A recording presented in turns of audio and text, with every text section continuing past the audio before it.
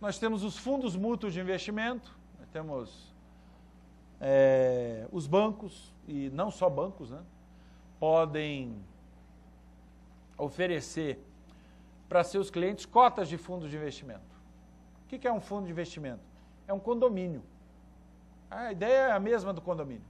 Todo mundo que comprou cota é dono daquele dinheiro. O banco não é dono daquele dinheiro. Nem o banco recebeu aquele dinheiro. Ele não está garantindo nada. Eu entreguei o dinheiro para o banco, com aquele dinheiro e com o dinheiro de mais um monte de gente, que são os outros cotistas daquele fundo, comprou títulos e valores mobiliários. E eu, junto com aqueles outros cotistas, sou dono daquele patrimônio. Se os cotistas quiserem, eles podem até trocar o administrador do fundo. O banco X não está fazendo um trabalho muito bom, vamos trabalhar com outro banco agora, vamos sair desse banco e trabalhar com outro.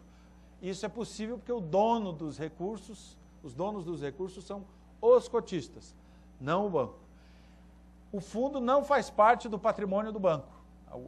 Tá? Quando eu compro cotas do fundo, o fundo está apartado, é outra entidade que se forma separada do patrimônio do banco, do administrador. Pode ser um banco ou pode não ser uma instituição financeira. Essa é uma característica aí interessante. Os clubes de investimento, que é quase como um fundo de investimento, só que é fechado, ou seja, só os empregados de uma determinada empresa, por exemplo, que podem se juntar lá e formar um clube de investimento. Então tem que ter uma afinidade profissional entre eles. Mas a regra de funcionamento é muito parecida com o do fundo. Os administradores de consórcio, que é quase também como se fosse um fundo de investimento, só que aí é para comprar, as pessoas se juntam, formam um grupo, colocam recursos à disposição de uma administradora de consórcio que vai pegar esses recursos e vai comprar bens ou serviços para aquelas pessoas. Né? E agora pode até fazer operação plástica. Se quiser fazer uma turbinada, pode fazer um consórcio. Os planos individuais de aposentadoria e de pensão, o que é isso? A gente vê naquelas propagandas, né? Dá até trava na língua, PGBL, VGBL. Então, isso aí são planos de aposentadoria e de pensão que podem ser administrados ou por uma instituição financeira regulamentada pelo Banco Central ou por uma instituição não financeira. Isso aqui está fora da estrutura do Banco Central, tá? Isso aqui já é SUSEP, Superintendência de Seguros Privados. Nós temos o sistema de seguros privados e previdência complementar, isso aqui já está fora do banco, nós não temos ingerência sobre, o Banco Central não tem ingerência sobre essas figuras aqui, muito embora a forma, como as seguradoras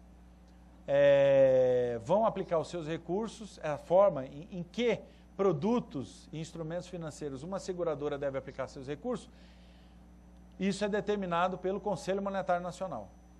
Não a operação de seguro em si, mas como a seguradora, como os prêmios recebidos devem ser aplicados, isso é regulamentado pelo Conselho Monetário Nacional. Por quê? Porque tem implicações de ordem de política monetária.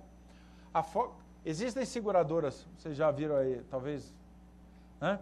Caso da AIG, que quebrou lá nos Estados Unidos. Era uma seguradora tão grande que só o problema dela causou problema no sistema financeiro americano como um todo. Então, o poder de algumas seguradoras é extraordinariamente alto.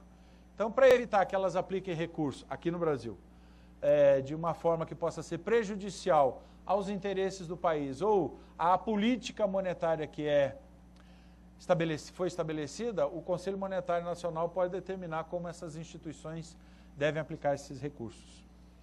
Bom, aqui nós vamos falar primeiro do subsistema de supervisão do sistema de seguros, né? Nós temos a SUSEP, que é a Superintendência de Seguros Privados, é quem regulamenta e supervisiona as seguradoras, corretores de seguros, companhias abertas de previdência privada, seguro-saúde, tudo isso é regulamentado pela SUSEP. Nós temos o Conselho Nacional de Seguros Privados, que é quem... aqui não ficou muito bom, tem que botar o Conselho Nacional acima da SUSEP, porque na verdade o Conselho Nacional de Seguros Privados é como se fosse o Conselho Monetário Nacional e a SUSEP como se fosse o Banco Central. O Conselho Nacional de Seguros Privados regulamenta, bota as ideias, cria a regulamentação num nível mais geral e a SUSEP vai no caso a caso. Nós temos a Secretaria de Previdência Complementar do Ministério da Previdência Social, que está também vinculado ao Conselho de Gestão da Previdência Complementar. Esses dois aqui cuidam só de fundos de pensão. Sistel, Petros, Previ, a Centros, que ainda tá administrando alguma coisa, são regulamentadas e supervisionadas por essa Secretaria de Previdência Complementar e pelo Conselho de Gestão da Previdência Complementar.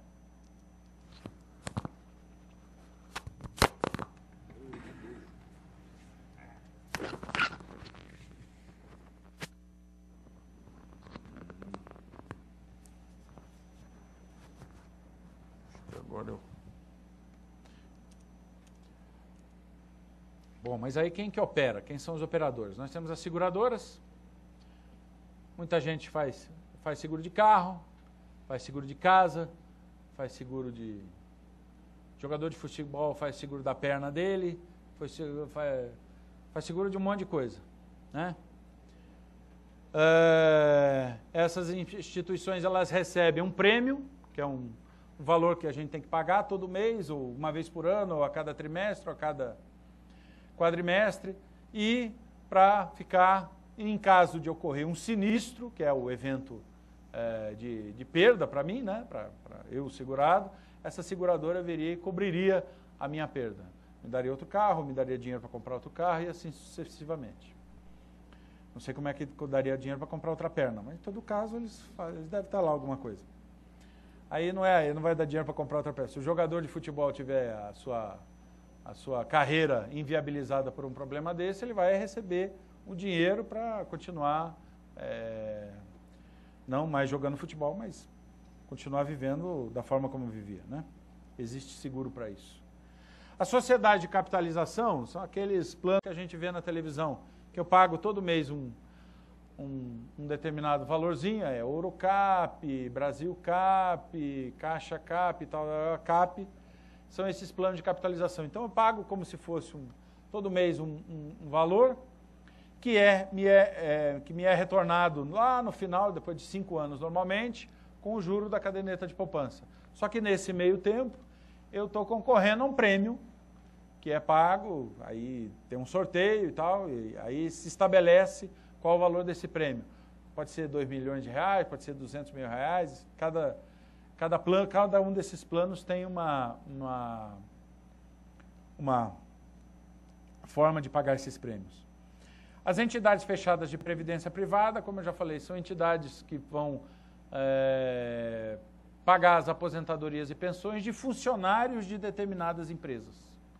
Então, por exemplo, lá do Banco do Brasil tem a Previ. A Previ tem uma força descomunal, né? Tem ativos aí em torno de 100 bilhões de reais. É um colosso a Previ, né? Maior que muitos bancos. Por isso, até o Conselho Monetário Nacional também influencia a forma como essas instituições vão fazer suas aplicações, por causa do tamanho, o efeito sistêmico das aplicações delas. Mas essas entidades fechadas são só para funcionários de determinadas empresas. Então, a Petros é só para o pessoal da Petrobras, a Previ é só para o pessoal do Banco do Brasil, a Funcef é só para o pessoal da CEF e assim sucessivamente. E temos as entidades abertas de previdência privada.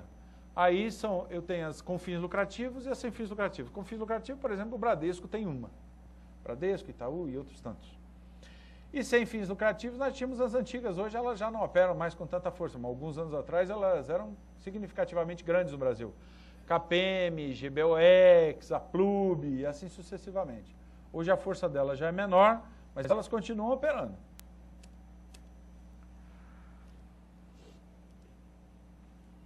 Nós temos o Instituto de Resseguros do Brasil, atualmente conhecido como IRB Brasil Re. O que é isso aí? Quando as seguradoras têm limites operacionais, elas não podem arcar com riscos superiores a um determinado X montante qualquer, que é estabelecido pela SUSEP. Quando esse montante é ultrapassado, elas têm que pegar uma parte do prêmio delas e passar para esse Instituto de Resseguros do Brasil. Ele é o ressegurador, É o segurador das seguradoras. Esse que é o trabalho do IRB. E se o IRB também ultrapassar o limite dele, ele pode usar resseguradoras fora do Brasil. Também é uma outra possibilidade. Até um tempo atrás, eu até precisava ter certeza disso, mas era para se tirar. Até um tempo atrás, o IRB exercia o monopólio do resseguro do Brasil. Isso eu não sei se já saiu, já perdeu, né? Então, ele não tem mais o monopólio do resseguro no Brasil. Hoje, uma seguradora brasileira pode procurar diretamente uma resseguradora fora do Brasil para poder operar com ela. Aí, a ideia é trazer maior competitividade ao mercado. E nós temos as sociedades administradoras de planos de seguro de saúde. Aí é o que a gente vê em vários. Não é exatamente esses planos, não são aqui os planos de saúde, tipo Unimed, Golden Cross e coisas do gênero. Esses aí são regulamentados pela ANS, Agência Nacional de Saúde Suplementar. Esses aqui são os sistemas de planos de seguro saúde. Aí é o Bradesco Saúde, é o Itaú Saúde e tal. Aí são seguros de saúde que são regulamentados pela SUSEP. Nós temos também os prestadores de serviço financeiro não regulamentados. Nós temos as sociedades administradoras de cartões de crédito, estão falando, já voltou de novo, a história das administradoras de cartão de crédito passarem a ser regulamentadas pelo Banco Central. Ainda não há nada nesse sentido, é só sempre uma especulação, mas hoje elas não são reguladas por ninguém. Muito embora elas também não possam emprestar. Quando a gente faz uma operação com um cartão, eu vou pagar em 8 vezes no cartão. Na verdade, quem está me financiando não é a administradora do cartão, é algum banco a quem esses créditos foram transferidos e que está me financiando. Ele entregou o dinheiro para a administradora do cartão e ficou com crédito em relação a mim. Por quê? Porque pela lei brasileira, só instituições financeiras supervisionadas pelo Banco Central são autorizadas a fazer empréstimo. Essa é uma outra. A Sociedade de Fomento Mercantil, Factoring, é o quê? São aquelas empresas que são formadas para comprar o faturamento de outras. Só que não pode ter direito de regresso, ou seja, eu compro o faturamento e vou ficar com risco para mim. É isso que a Factoring faz. Não é como desconto de duplicata num banco. Eu estou precisando de dinheiro, eu sou empresário, tenho aqui minhas duplicatas para receber, eu vou a um banco e desconto. Se o banco lá depois não receber, ele vem e debita na minha conta. Então eu sou o garantidor daquelas. Na verdade, eu peguei um dinheiro emprestado junto ao banco, estou colocando aquelas duplicatas como garantia da operação. A Factoring não pode operar dessa forma. Se ela comprar o faturamento de alguém, o risco tem que passar a ser exclusivamente dela.